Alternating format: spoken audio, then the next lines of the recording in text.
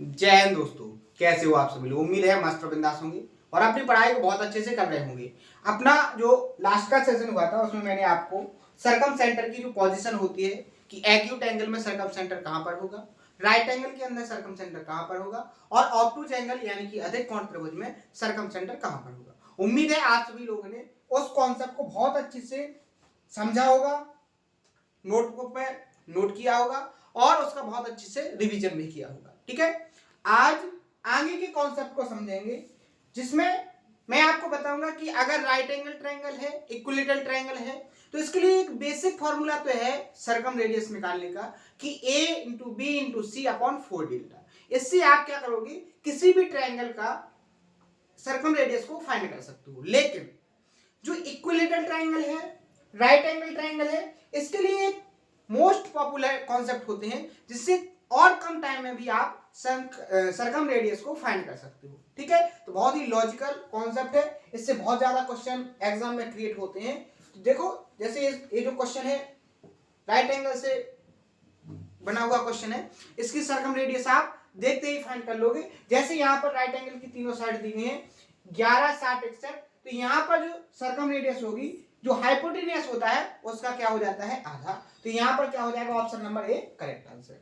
लेकिन अगर आप बेसिक फॉर्मूले से निकालोगे तो आपको तीनों साइड का मल्टीप्लाई एरिया निकाल के उसको 4 से मल्टीप्लाई करके डिवाइड करना पड़ेगा, तब जाके आपका निकलेगा। लेकिन अगर आपको राइट एंगल की जो सर्कम रेडियस है उसको निकालने का अगर आपके पास फॉर्मूला है, क्या है, अगर उसको निकालने का अगर आपके पास डायरेक्ट फॉर्मूला है तो आप देखते ही क्वेश्चन के सॉल्यूशन को निकाल लोगे। ठीक है, तो इसी तरीके से मैं आपसे कहता हूं कि बेसिक फॉर्मूले भी आपको कंप्लीट करना है और जो स्पेशल ट्रायंगल होते हैं या जो स्पेशल कॉन्सेप्ट होते हैं हर एक डायग्राम के अंदर, चाहे वो क्वाड्रिलेटरल हो, रेक्टेंगल हो, स्क्वायर हो या ट्रायंगल हो, हर एक ट्रायंगल में कोई ना कोई स्पेशल कॉन्सेप्ट जरूर होता है। तो सबसे पहले मैं आपको क्या करता हूं कि बेसिक कॉन्सेप्ट कंप्लीट करवाता हूं। बेसिक कॉन्सेप्ट कंप्लीट होने के बाद आपको उस पर बहुत सारे क्वेश्चनों की प्रैक्टिस, जिससे आपके माइंड में वो थिंकिंग डेवलप हो जाए कि कॉन्सेप्ट कैसे क्रिएट होते हैं।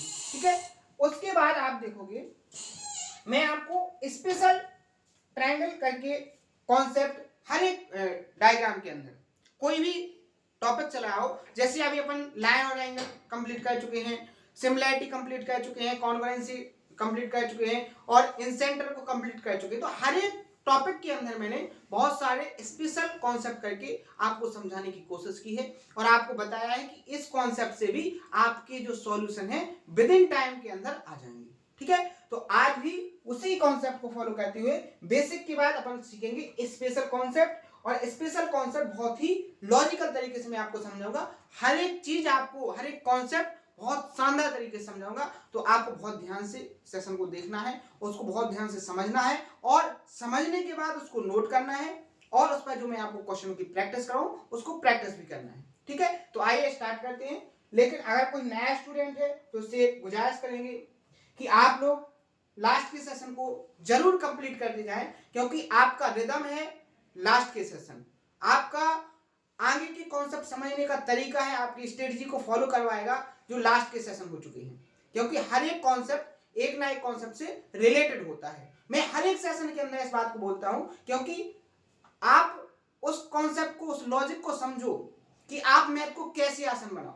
समझ रहे हो ना, तो उस कॉन्सेप्ट, उस लॉजिक को समझाने के लिए मैं ये जो कॉमन बात है मैं हर एक सेशन के अंदर बोलता हूं कि लास्ट के सेशन को आप कंप्लीट करो। क्योंकि कभी तो आपको ऐसा फील हो जाएगा कि अगर मैं बोल रहा हूं कि लास्ट के सेशन को पहले कंप्लीट करो, तो वो आपको फील होगा कि आपने अगर एक बार भी कंप्लीट कर लिया उसके बाद नेक्स्ट सेशन को समझा तो आपको ऐसा लगेगा कि हाँ मैंने पहले समझा जिसको, उसके बाद आगे समझने में थोड़ी आसानी हुई। और हो सकता है कि आपको वो स्ट्रेटजी समझ में आ जाए और आप जिस मकसद से इस प्लेटफॉर्म पर आए हो, सिलेक्शन लेने के मकसद से, वो आपके अंदर बहुत अच्छे से डेवलप हो जाए, टाइम के अंदर डेवलप हो जाए, जिससे आप अपने सपनों को, अपनी उम्मीदों को पूरा कर सको। ठीक है, तो आइए स्टार्ट करते हैं। तो सबसे पहले हेडिंग बनाइए इक्विलेटरल ट्रायंगल। हेडिंग क्या हो जाएगी अपनी, इक्विलेटरल ट्रायंगल। हिंदी में अगर आप लिखोगे तो लिखोगे समबाहु त्रिभुज।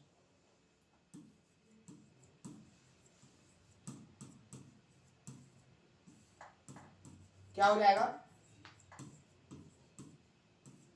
समबाहु त्रिभुज। यानी आपके सामने अब जो सर्कम रेडियस फाइंड होगी वो किसकी होगी, इक्विलेटरल। ये जो कॉन्सेप्ट रखेगा केवल इक्विलेटरल ट्रायंगल के अंदर ही फॉलो होगा। जैसे मैंने आपको ये जो कॉन्सेप्ट बताया था सर्कम रेडियस का, कौन सा, आपको देखो ये जो कॉन्सेप्ट बताया था ये किसी भी शेप या साइज का ट्रायंगल हो उसके अंदर फॉलो हो सकता है। मैंने ये जो कॉन्सेप्ट बताया था आपको सर्कम रेडियस फाइंड करने का, ये जो कॉन्सेप्ट है आप किसी भी ट्रायंगल के अंदर लगा सकते हो। ये जो कॉन्सेप्ट मैंने आपको अभी तक कंप्लीट करवाया है, ये किसी भी शेप या साइज के ट्रायंगल में के अंदर सर्कम रेडियस को फाइंड करवा सकते हैं।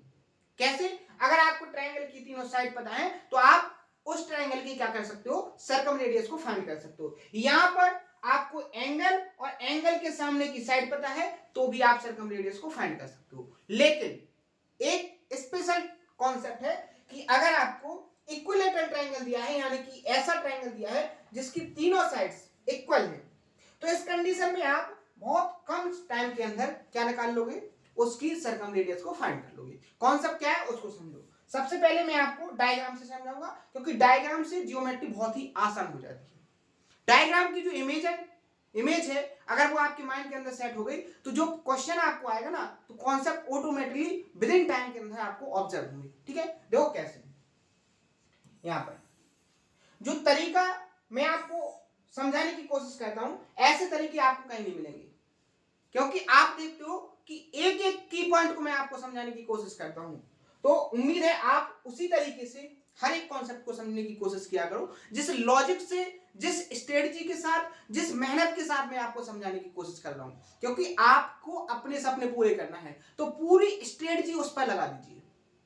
या तो आप किसी काम को करो नहीं, और अगर करते हो तो उसका पूरा 100% उसमें लगा दो, अब ऑटोमेटिकली आपका काम हो जाएगा। ठीक है, यहां देखो, जैसे आपके सामने एक इक्विलेटरल ट्रायंगल बनाया है जिसका नाम है ए बी सी, यानी एबीसी आपका एक इक्विलेटरल ट्रायंगल हो गया जिसमें तीन साइड है, प्रत्येक साइड की लंबाई क्या है, स्मॉल ए।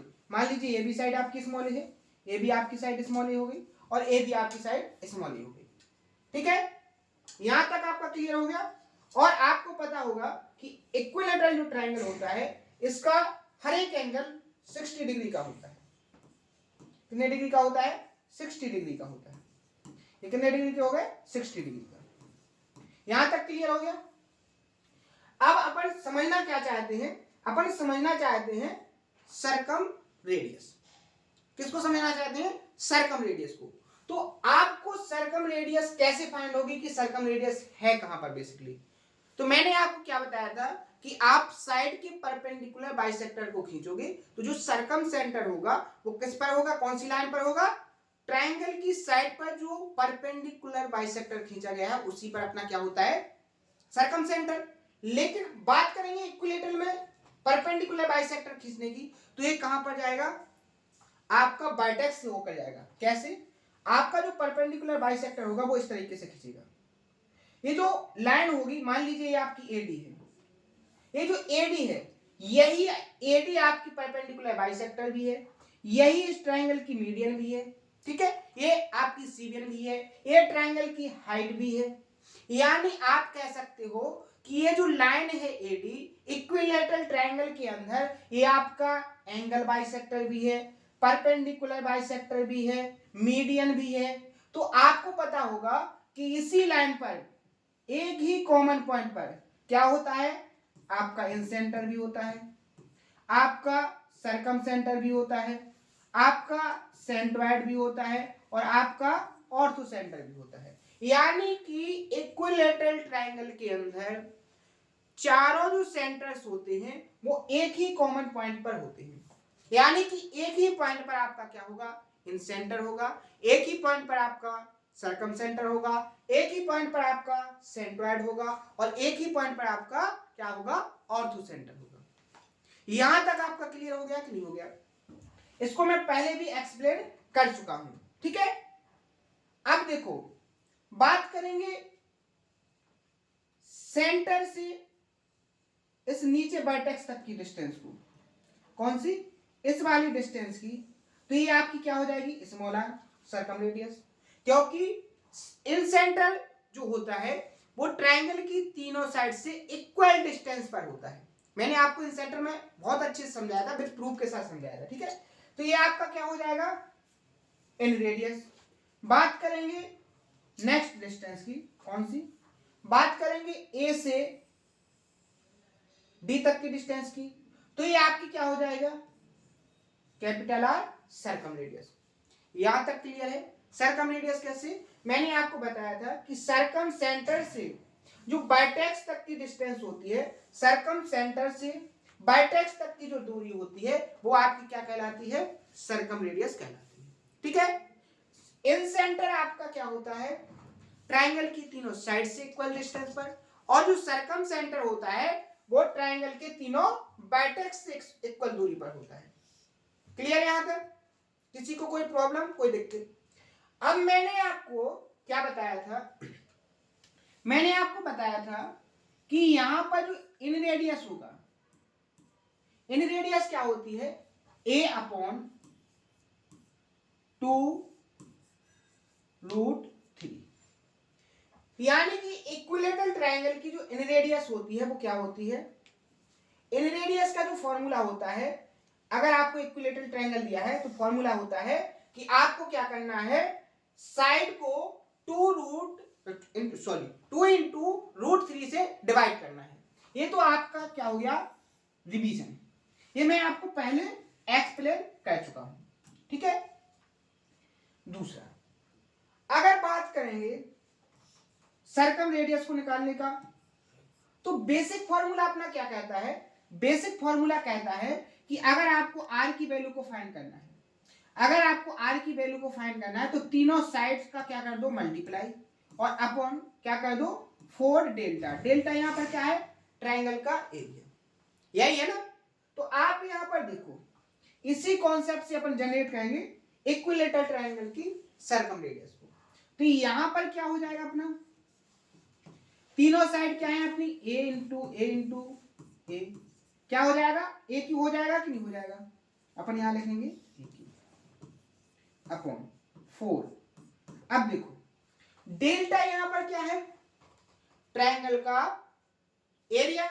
अब इक्विलेटरल ट्रायंगल का एरिया क्या होता है, √3/4, ए स्क्वायर, अगर साइड ए है तो ए स्क्वायर, यहां डेल्टा की प्लेस पर रखेंगे √3/4 ए स्क्वायर।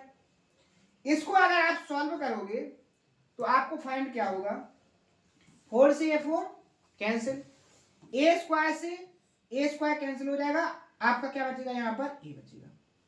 बात समझ में आई नहीं आई, क्लियर? तो आपको यहां से आर की जो वैल्यू मिलेगी, आर की वैल्यू क्या मिल जाएगी, यहां से आर इक्वल टू क्या हो जाएगा आपका, ऊपर आपका ए बचा और नीचे आपका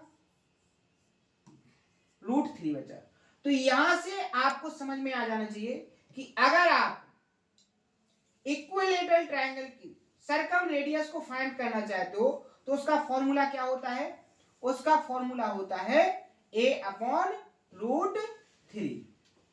क्या होता है, a अपॉन √3। क्लियर हो गया कि नहीं, सबको समझ में आ गया कि नहीं आ गया, कैसे आया वो मैंने आपको यहां सबसे पहले सॉल्व करके बताया है। ठीक है, कंप्लीट हो गया। तो यहां पर दो कॉन्सेप्ट क्लियर हो गए, इन रेडियस और सर्कम रेडियस।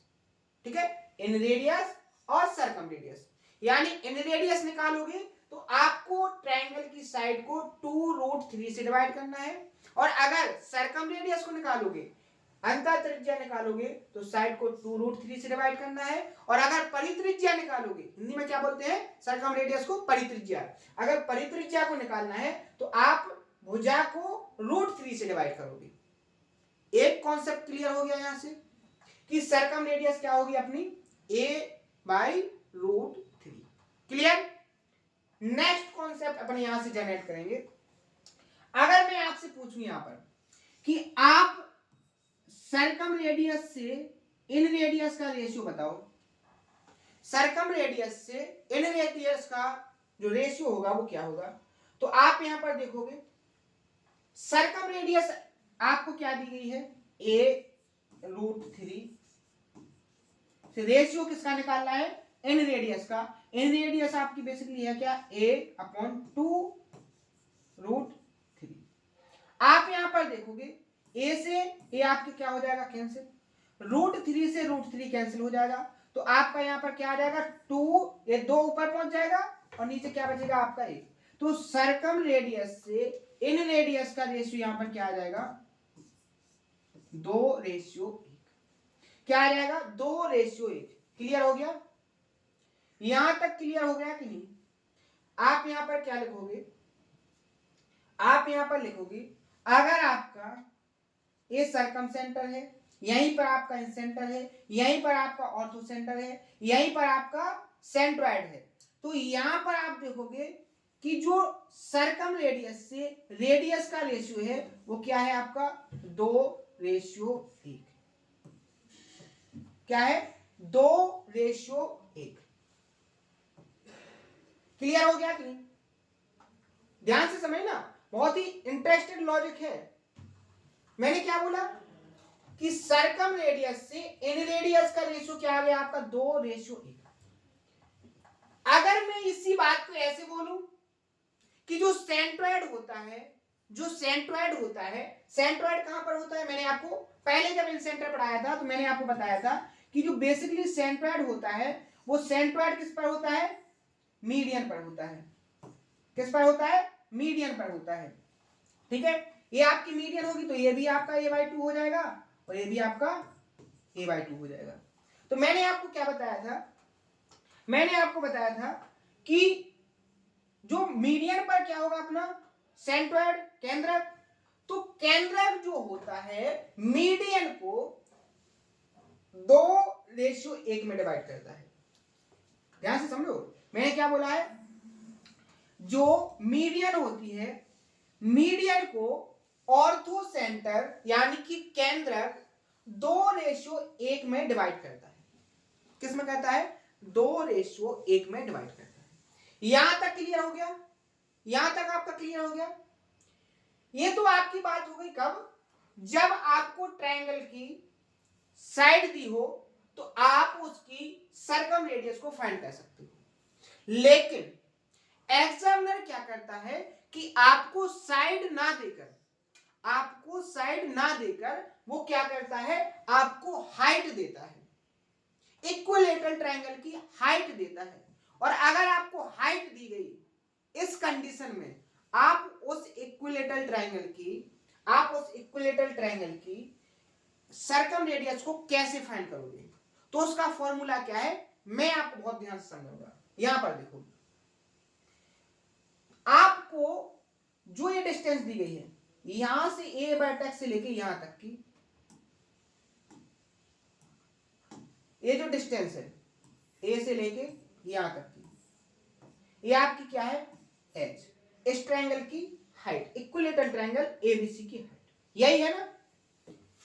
अगर मैं आपसे पूछूं कि आपको इतनी दूरी फाइंड करना है, यानी कि आपको r की वैल्यू को फाइंड करना है, यहां देखो अगर आपको r की वैल्यू को फाइंड करना है यानी आपको कितने यूनिट की वैल्यू को फाइंड करना है 2 यूनिट की, कितने में से 2 और 3 में से, तो आपको 2 यूनिट की वैल्यू को फाइंड करना है कितने में से 3 में से, लेकिन है टोटल कितनी h, इसको आप स्मॉल h मान, कैपिटल भी मान सकते हैं स्मॉल मानेंगे अच्छा देखने में अच्छा होगा। तो यहां पर r की वैल्यू यहां पर क्या आ जाएगी, अगर r की वैल्यू निकालोगे तो क्या हो जाएगा 2h/3। ये हो गया आपका नेक्स्ट कॉन्सेप्ट सर्कम रेडियस को फाइंड करने का। ठीक है, ये आपका सेकंड कॉन्सेप्ट हो गया। कौन सी कंडीशन में, जब आपको ट्रायंगल की हाइट दी हो, तो आप सर्कम रेडियस को कैसे निकालोगे 2 × h/3। क्लियर हो गया। मान लीजिए आपको सर्कम रेडियस निकालना है यानी कि r की वैल्यू को फाइंड करना है, कौन सी r, स्मॉल r, तो इसकी वैल्यू कैसे निकालोगे, आपको एक यूनिट की वैल्यू को फाइंड करना है, टोटल कितने में से 3 में से, तो क्या हो जाएगा 1/3, लेकिन टोटल है कितनी h, तो r की वैल्यू क्या हो जाएगी यहां पर h/3, क्या हो जाएगा h/3। तो ये हो गया आपका नेक्स्ट कॉन्सेप्ट। तो यहां से आप क्या क्या कर सकते हो, अगर आपको साइड दी गई होगी तब भी आप सर्कम रेडियस और इन रेडियस को फाइंड कर लोगे। अगर आपको हाइट दी गई है तो उस कंडीशन में भी आप इक्विलेटरल की क्या कर सकते हो, सर्कम रेडियस और इन रेडियस को फाइंड कर सकते हो। क्लियर हो गया कि नहीं हो गया? यहां तक किसी को कोई डाउट, कोई प्रॉब्लम, कोई दिक्कत? मुझे नहीं लगता कि अब किसी को कोई यहां पर प्रॉब्लम होगी। ठीक है, अगर कोई डाउट हो तो उसको कमेंट बॉक्स में बताएं, उसका भी बहुत शानदार तरीके से मैं सॉल्यूशन दिखाऊंगा। ठीक है, बिल्कुल छोटे छोटे लॉजिकों को भी मैं एक्सप्लेन करने की कोशिश करता हूं, क्योंकि मुझे पता है कि बहुत सारे ऐसे स्टूडेंट हैं जिनका बैकग्राउंड मैथ रहा ही नहीं है, वो किसी अन्य बैकग्राउंड से आए, जैसे कोई साइंस से में बायोलॉजी से आया है, कोई एग्रीकल्चर, कोई कॉमर्स या कोई आर्ट से आया है, लेकिन उसका भी एक सपना है कि वो एक गवर्नमेंट जॉब, एक अच्छी पोजीशन वाली जॉब को ले।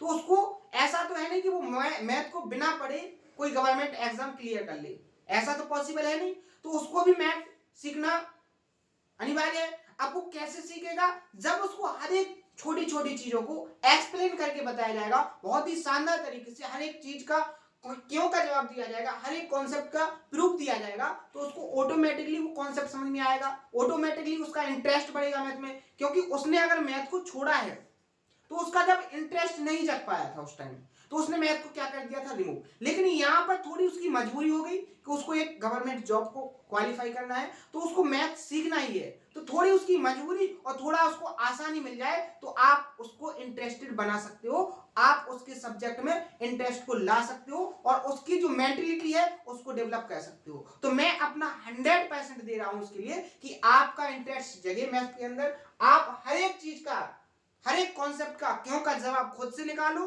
हर एक कॉन्सेप्ट को खुद से जनरेट करने की कोशिश करो। तो वो प्रोसेस मैं आपके अंदर डेवलप करने की कोशिश कर रहा हूं, क्योंकि आप यहां सिलेबस कंप्लीट करने नहीं, सिलेबस को सीखने आए हो, समझ रहे हो ना?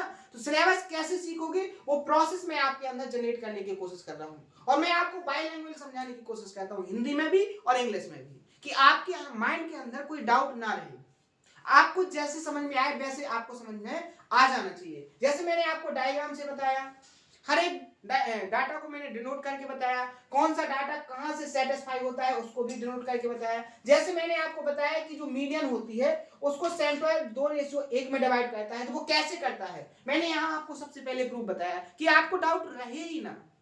समझ में आया ना? तो ये क्लियर हो गया पहला कॉन्सेप्ट, स्पेशल जो इक्विलेटरल ट्रायंगल का सर्कम रेडियस निकालने का कॉन्सेप्ट है, क्लियर हो गया। आगे बढ़ जाए, एक कॉन्सेप्ट और समझेंगे।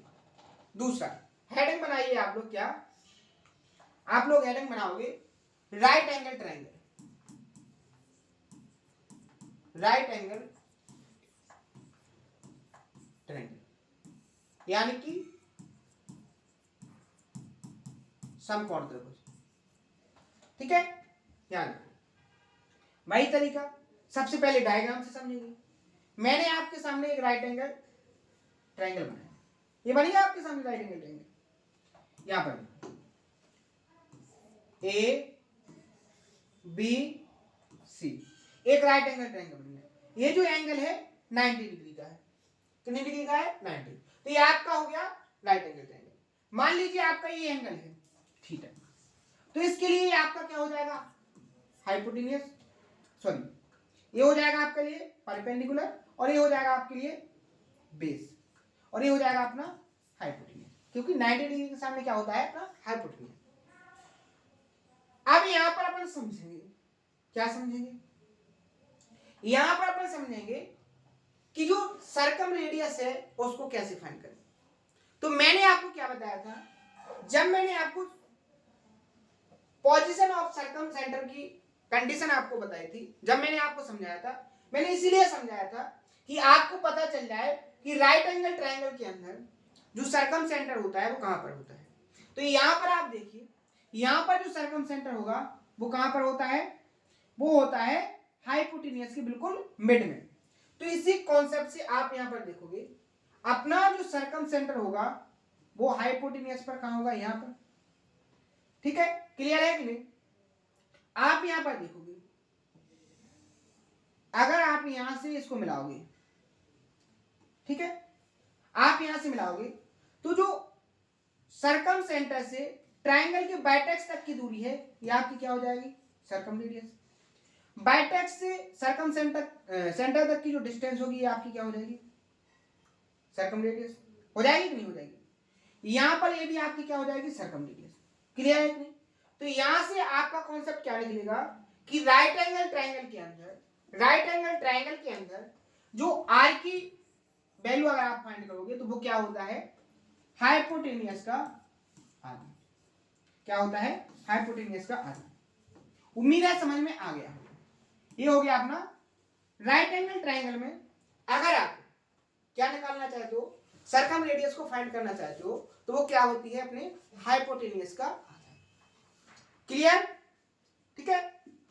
एक और कॉन्सेप्ट देखो, आप जैसे अब सर्कम सेंटर के बाद सेंट्रॉइड पढ़ोगे, सेंट्रॉइड के बाद ऑर्थो सेंटर पढ़ोगे, तो आपको पता चलेगा कि जो ऑर्थो सेंटर होता है वो कहां पर होता है, यहां पर होता है।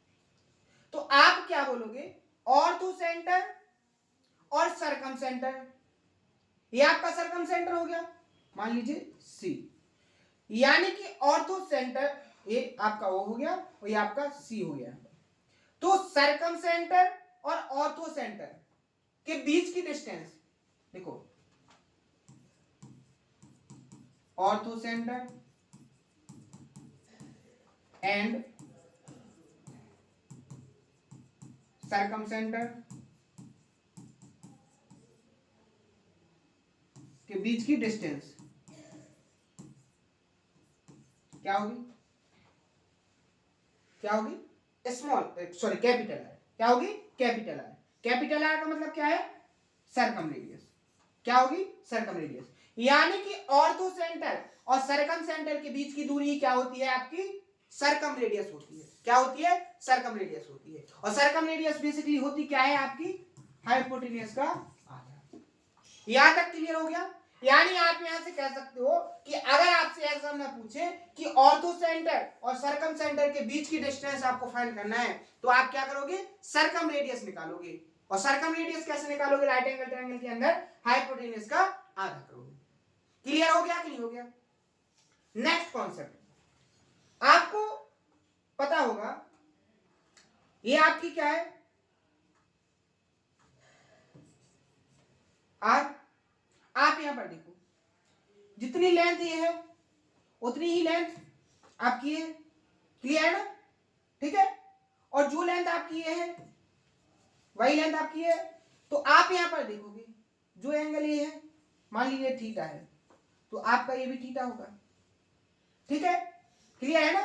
आप यहां पर देखो, अगर आपका ये वाला एंगल अल्फा है तो ये वाला भी एंगल अल्फा होगा। क्या होगा, अल्फा होगा। सॉरी, यहां क्या हो जाएगा, अल्फा। समझना ध्यान से। अब देखो, ध्यान से देखो, आप यहां पर ध्यान से देखोगे कि ये एंगल और ये एंगल इक्वल है। ठीक है, ये दोनों साइड कैसी है, इक्वल है। और ये आपकी एसी की क्या है, एसी की क्या है, ये आपकी जो बी ओ है, आपकी मीडियन, मीडियन है ना। तो मीडियन पर यहीं कहीं पर क्या होगा, आपका सेंट्रॉइड होगा कि नहीं, मान लीजिए जी है, होगा कि नहीं होगा। मीडियन पर जैसे अपोजिट साइड को इक्वल टू पार्ट में डिवाइड कर दे, वो क्या कहलाती है, आपकी मीडियन। जैसे कोई ट्रायंगल है, ध्यान से समझो, जैसे ये ट्रायंगल है, अगर इसके वर्टेक्स से ऐसी साइड निकाली जाए कि वो अपोजिट साइड को दो इक्वल पार्ट में डिवाइड कर दे, तो ये जो लाइन होगी ये आपकी क्या कहलाएगी, मीडियन कहलाएगी इस ट्रायंगल की कि नहीं कहलाएगी, बिल्कुल कहलाएगी। और अगर ये मीडियन है, अगर ये मीडियन है तो मीडियन पर कहीं ना कहीं क्या होगा, सेंट्रॉइड। और अगर सेंट्रॉइड होगा तो ये मीडियन को किस रेशियो में डिवाइड करेगा, 2:1 में करेगा कि नहीं करेगा। अब ध्यान से देखो, अगर मैं आपसे पूछूं कि यहां पर सेंट्रॉइड से ऑर्थो सेंटर के बीच की डिस्टेंस क्या होगी, तो क्या होगी, कहां से, यहां कौन सी डिस्टेंस, आप इस डिस्टेंस, इस वाली डिस्टेंस को फाइंड, इस वाली दूरी को फाइंड करना चाहते हो, तो ये दूरी होगी क्या आपकी, बेसिकली आपको 2 यूनिट की वैल्यू को फाइंड करना है, कितने में से, 3 में से। और पूरी है क्या आपकी, आर। पूरी है क्या आपकी, आर। समझ में आया कि नहीं आया। अब आप यहां पर देखो, आर की वैल्यू बेसिकली है क्या, 2 × 3। आर की वैल्यू को यहाँ पर रखो तो क्या हो जाएगा h/2, 2 से 2 कैंसिल, तो क्या हो जाएगा यहाँ पर h/3। ये क्या हो गया आपका, ये हो गई आपकी ऑर्थो सेंटर एंड सेंट्रोइड।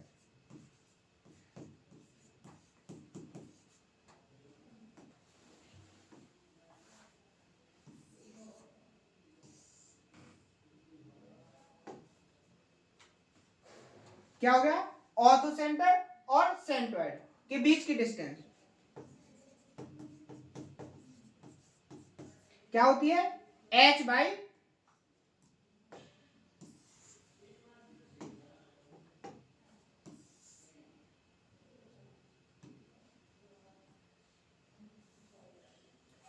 समझ में आया। यानी आप यहां पर देख रहे हो कि ऑर्थो सेंटर और सेंट्रोइड के बीच की जो डिस्टेंस है वो क्या है आपकी h/3।